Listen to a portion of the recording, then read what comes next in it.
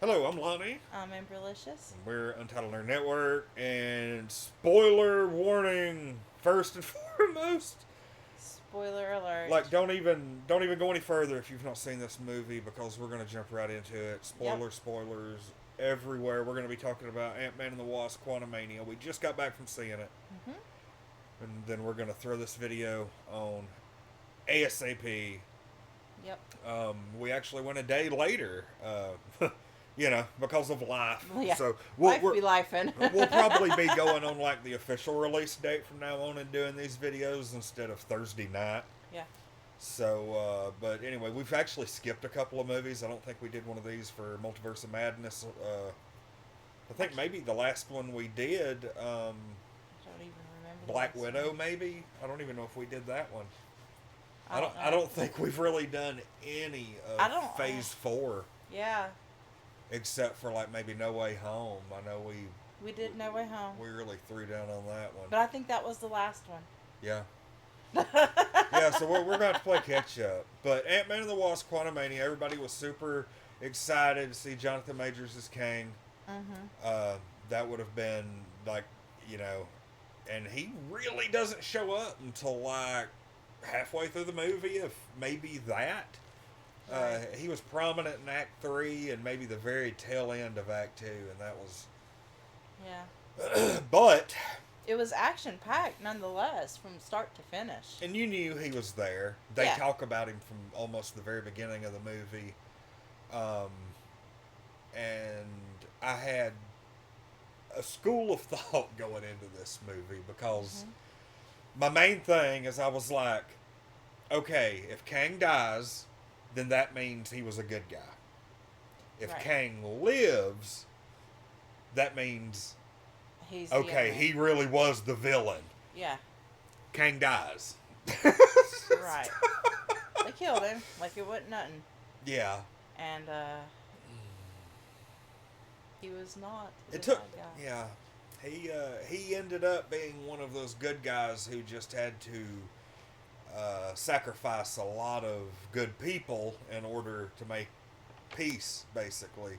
Like he was like, He was okay, almost an anti-hero, kind of. yeah, he was like, okay, I'm gonna basically screw over the people of the quantum realm in order to Save achieve everyone else. multiversal peace. Yeah. And he basically was the one that all the other kings were afraid of. Yep. We'll get a little more into that later, but the movie starts out just like the trailer, the first trailer that we saw. Mhm. While I'm thinking about it, I do want to point out that there was a lot of stuff that happened in the trailer that did not happen in the movie. Mhm. Once again, the whole Kang giving Ant-Man basically a choice. Mhm. Like really a bunch of those lines and footage and stuff that happened in the trailer never appeared in the movie. The one where he like addresses him like he's like, "So what'll it be, Ant-Man?" That never happened in the movie. No. Unless I missed it. I didn't, did I? Okay. I was making sure I wasn't like going to the bathroom. I did have to take one restroom break Yeah, about so did I. 30 minutes. We went like back to back. I missed the beginning of the first big battle. Mhm. Um And once- he didn't say that then, obviously. yeah. But yeah, Stop, Juba. basically having to get onto the cats. so so Scotch, he's got a book out. He's like doing podcasts and stuff. By the way, that book is real. Oh, for real? They're actually publishing his autobiography in hardcover format, and I've already got it pre-ordered on Amazon. Of course you do. It's coming out in September, and it's literally that book from his point of view, his life story, time That's of the Avengers. pretty neat, yeah. There's probably going to be a lot of stuff like that didn't appear in the movies, like Mhm. background. I can't wait to delve into That's that. gonna be, yeah. That's I'll gonna be probably end fun. up doing a review on that. Yeah, That'd be a lot of absolutely. fun. Yeah. But yeah, But yeah, he starts out, and then he's reading his book. He's doing a reading. And he gets a call from the county jail. Who was there? His daughter. Because she has become like a real social justice activist. which is interesting because hmm they did kind of touch on the authorities cracking down. Like people were hmm displaced when they were um, snapped out of existence, And then now they came back, and then everything was different. And, not everybody just got to pick up where they were. Yep. They had to find their way again, or they're homeless. They were clearing out a homeless camp because... It was all people who didn't have anywhere to go when they came Right. back. Because think about it. Their house might have even been destroyed in one of the battles. Somebody else could have bought the property and is living there. 5 years. Yeah, it's 5 years, I'm really, I really hate it for those people who left, and when they came back, their spouse was remarried and living in their home. Yeah. What do you do? What do you do? Become polyamorous, I guess. I don't know. Yeah, no doubt. Well, they even touched on that in the movie, where what I can't think of her name, Michelle Pfeiffer's character. Yeah. And Janet. yeah, they talked about how they were with other people during the time she was in the quantum realm. Yeah, she hooked up with Bill Murray's character. Yep, and what did she say, Linda or somebody? He's like, it didn't work out. Yeah. She's like, why? Because it wasn't you. Yeah, they that was neat.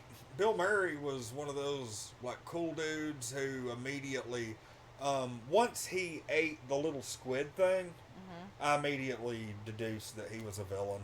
Oh yeah. Because they wouldn't have a good guy do that. They were going ahead and setting up expectations. He ended up betraying them, turning them into Kang. The whole time Kang was down there, they did a pretty decent job of explaining why we never really saw this in the previous 2 Ant-Man movies and all the times you end up in the quantum realm throughout the Marvel Cinematic Universe. And but however, if you go back to, I think, Ant-Man and the Wasp, the last movie, and there's somebody has actually taken a still where they're shooting through the quantum realm. If you freeze frame it at just that precise second, you look in the background, there's the damn city sitting there. Off in the back. It's kind of blurry, but you see it plainly. But you see it, yeah. And they're like, oh, okay, they were getting us ready, you know. So, but yeah, they did a great job of explaining all that. I don't want to give too much away, plot wise, besides just the basic points, because this movie really needs to be seen. That was pretty good. So they end up. His daughter is Cassie. She ends up, just like in the trailer, creating this thing that's like a GPS, not a GPS. That's what they created in Endgame, but basically it was just a signal shooter. Yeah. And then once the signal bounced back, they received it would data. map. Yeah. They were mapping the quantum realm with Yeah, a because they signal. were curious. Yeah, they were curious about it because Janet kept all that to herself. Yeah. And I get it. I get why. That was something very traumatic for her to go through.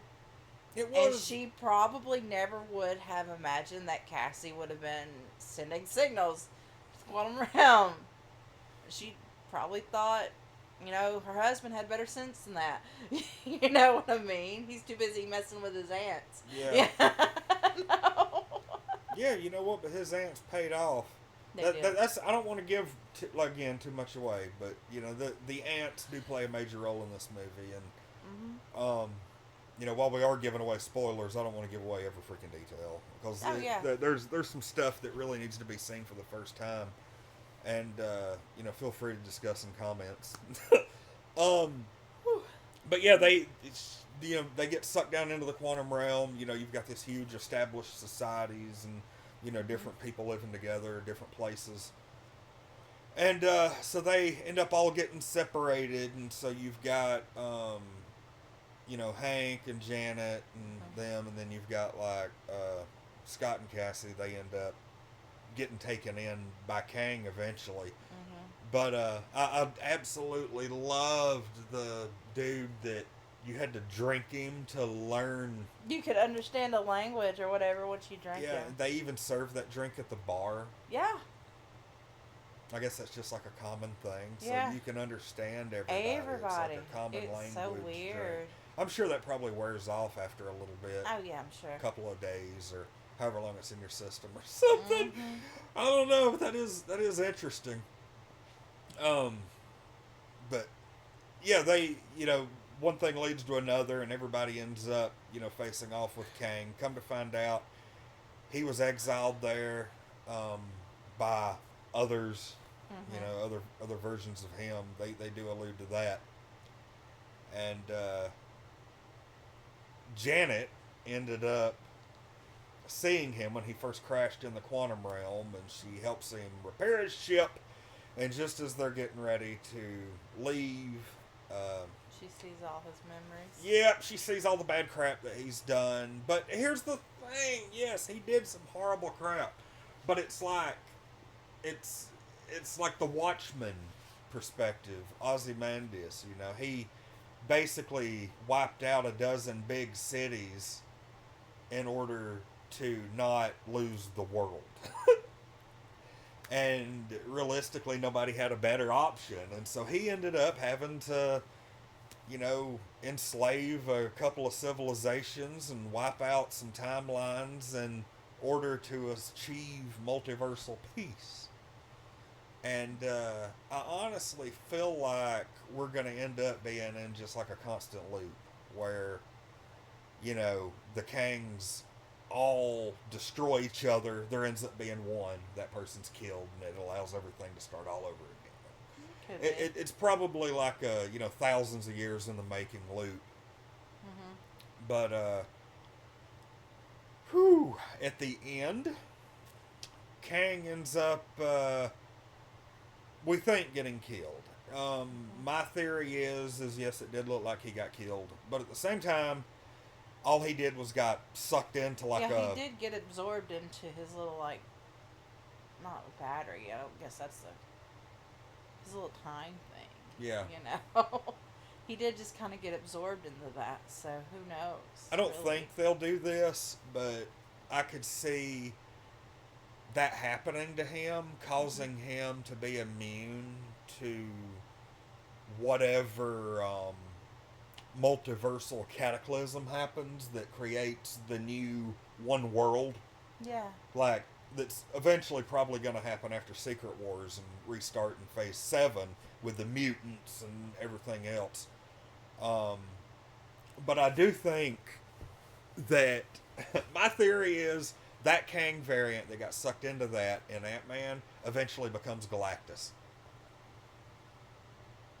It's a pretty good theory. Yeah. It's going to take some explaining, and I'm not going to do that theory right now, but I really do think that he's going to emerge after the That'd be a good another video. multiversal cataclysm, and he'll be Galactus. Because they've quickly realized that once you're traveling through the quantum realm, that like size is like relative at this point, because the ants came through as big as freaking horses, or big cars, really. Yeah. Which seems to be the way they do it, I feel like a lot of the ants stay big. So size, time, space, nothing matters. Yeah. Basically. And I think when that Kang variant gets pooped back out in the new reality, which will probably happen as a result of everything coming together and big banging again, I think he will emerge as a big guy. And, that makes sense. Yeah.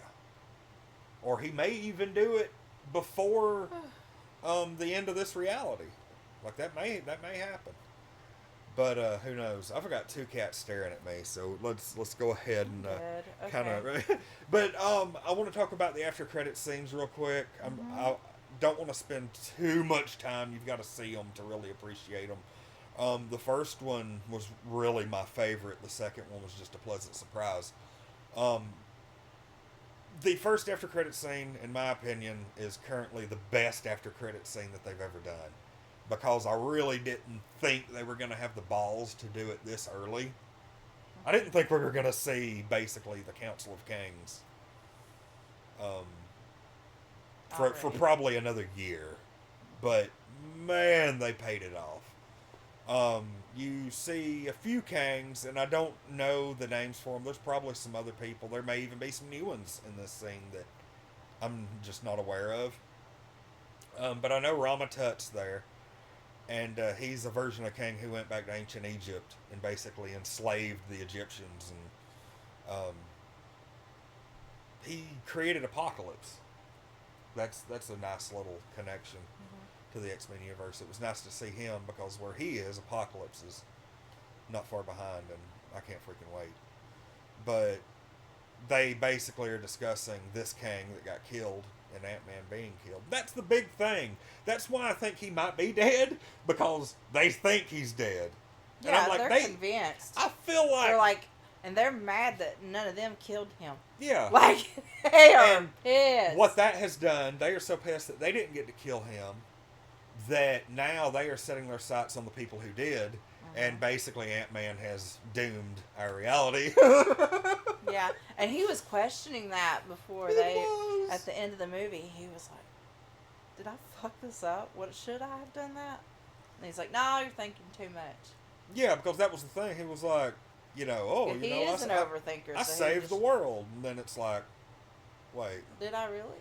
Yeah, because all the evidence that we gathered throughout the movie pointed to him being an evil savior, basically. Yeah. And that was the thing. He had probably just... Really, I'm going to be Kang's advocate here for a second.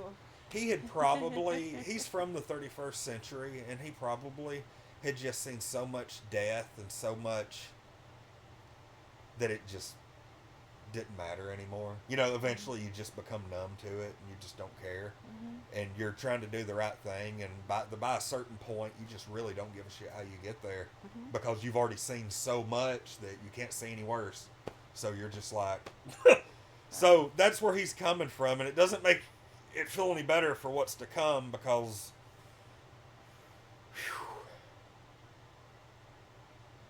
Yeah. It's... When I think about it, I just kind of have to take a minute, because the scene was... What really got me is you could see a handful of the Kangs in the crowd were just freaking losing it. Yeah. Like cheering and stuff, and I'm like, oh my God. Yeah, there was some crazy motherfuckers out there. There was. Literally like, thousands of Kangs. Couldn't wait to just let loose. Like, you could tell they were just... You were like, oh, God. That was a good after credits scene, but I really preferred the Loki and Mobius. Yeah, better. you basically see a Loki season 2 preview. I know, that Loki was so good. They're going after Kang variants. I know, I can't wait. Yep, you see this old school Kang variant. He looks like he's in like 1800s, like traveling road show, magic show or something. Yeah. And freaking Loki and Mobius are in the crowd, and Mobius is like, "You sure that's him?" And Loki's like, "Yes, that's fucking him," because he has this look of fear on his face, and Mobius just don't understand because it's not the same Mobius. Remember, he was at a different timeline. He's having to show him everything, but at least now we know Mobius believes him, and we're not going to go through this whole nonsense. Yeah, absolutely. But anyway, what'd you rate it? Oh, this movie gets an 11. Oh, okay. This is a wonderful film, an amazing way to set Kang up. I'm satisfied. I went in with high expectations, and when they first, I don't know, the movie was, the movie had one of a few things at any given time. Something was happening. You were either getting important character development, super action-packed stuff, or Kang. One of those three was happening pretty much, and during the beginning, from the time they arrive in the quantum realm to the time Kang's revealed, it just builds and builds and builds, because everybody is scared shitless of this guy. And to be honest, if you've paid any attention to what's coming, you kind of feel for him. So, yeah, 11. This is a perfect score for me. I love this movie. I'm gonna give it a 9. I think it was hyped up more than what it should have been. Okay. Truthfully. And really, I was going to give it an 8 to the after credit scenes. They boosted it up a point. But I also, was struggling to stay awake during the movie because I'm so tired and I did not sleep well. That sucks, yeah. So that might, affect my score a little, but I don't really think so. We might have to. I'm willing to rewatch it when I'm not as tired and see. Fortunately, I've got that AMC movie pass. All right. But yeah, fantastic movie. Yeah, it was still a really good movie. It's not like I ain't never watched that again. No, Yeah. it ain't that type of deal. But Yeah, I can't wait for it to come out because I would love to watch it at home. yeah. To not have to, To pause it and go pee when we Yeah, close. yeah. But anyway, I'm getting back out to the movies, and I'm almost business as usual now. Just hell, I didn't even wear a mask to the movie today. You didn't.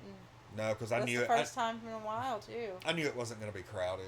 That's true. It wasn't really crowded like that. So I wasn't really. No, everybody just kind of keeps to themselves and stuff. And They do. They even when there's like a decent crowd, everybody spreads out. yeah. So, No, at least everybody's being cool about it. And the movie experience is not perfect, but there's just certain movies like this one that they deserve it. They do. They really deserve it. So, anyway, all right. That's it. Yeah, 11 and 9. So, yeah. Hey, we evened out for 20. So, We all right. Well, I'm Lonnie. I'm Amberlicious. We're Untitled Nerd Network, and this has been our spoiler-filled, well, maybe not quite filled, I'm trying to leave some to the imagination, review of Ant-Man and the Wasp Quantumania on release day.